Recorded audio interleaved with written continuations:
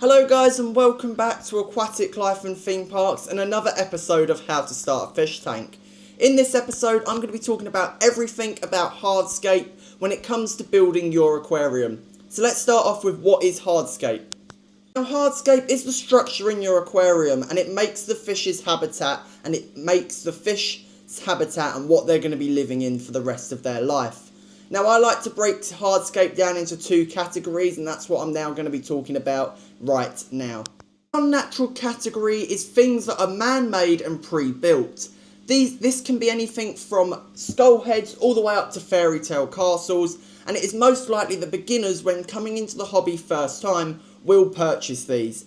Now there's obviously nothing wrong with non-natural things, and it can obviously be easier because it is pre-built.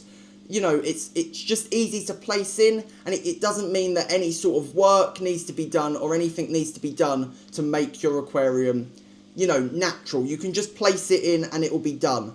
And that's why beginners most likely choose, you know, pre-built and man-made, non-natural Hardscape. Now, I'd done it when I first got into the hobby. My very first fish tank had a bright blue coral piece, some fake plants and all of that, and I thought it was really nice, but I shifted over after that tank did sadly break down. I shifted over to a more natural Hardscape.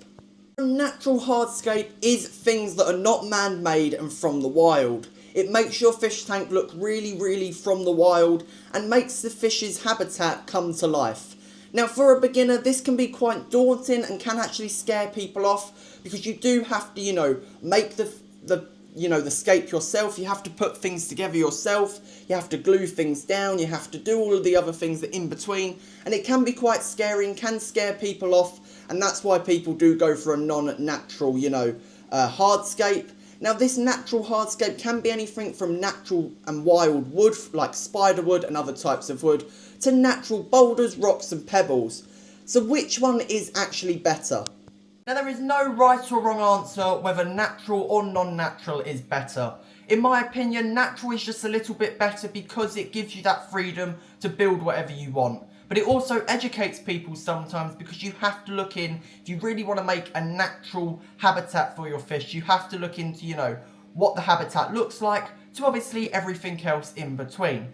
But as I said in the benefits of keeping a fish tank and obviously, you know, which is better, gravel v sand, it is your opinion and your personal preference. If you saw that fairy tale castle or that skull head in the fish shop, buy it. No one's going to stop you. It is your aquarium at the end of the day that you are going to be looking at 24/7. Thought I'd say if you are buying any natural or non-natural Hardscape, just take a bit of a safety precaution and just consider, is there any sharp edges or anything that could damage the fish's fins, especially with a non-natural scape. For example, the better fish, which has a really nice fan tail, that can sometimes get damaged because things have sharp edges and Hardscape has sharp edges, and that is, applies for both natural and non-natural.